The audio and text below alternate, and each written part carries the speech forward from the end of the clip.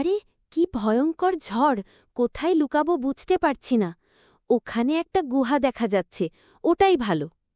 কে সেখানে? ভয় পেও না, আমি বললু, এই গুহায় থাকি। আমিও ঝড় থেকে বাঁচতে ঢুকেছি। তুমি ভাল্লুক, তুমি তো আমাকে খেয়ে ফেলবে না তো? আরে না, আমি তো মধু খেতে ভালোবাসি, হরিণ নয়। তোমার ভয় পাওয়ার কিচ্ছু নেই। তাহলে ঠিক আছে।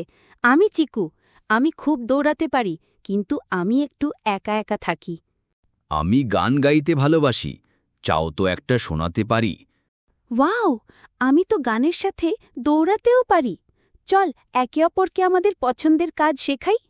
চল বন্ধু, আজ থেকে আমরা একসঙ্গে থাকব, খেলব আর এই জঙ্গলকে আনন্দে ভরিয়ে তুলব।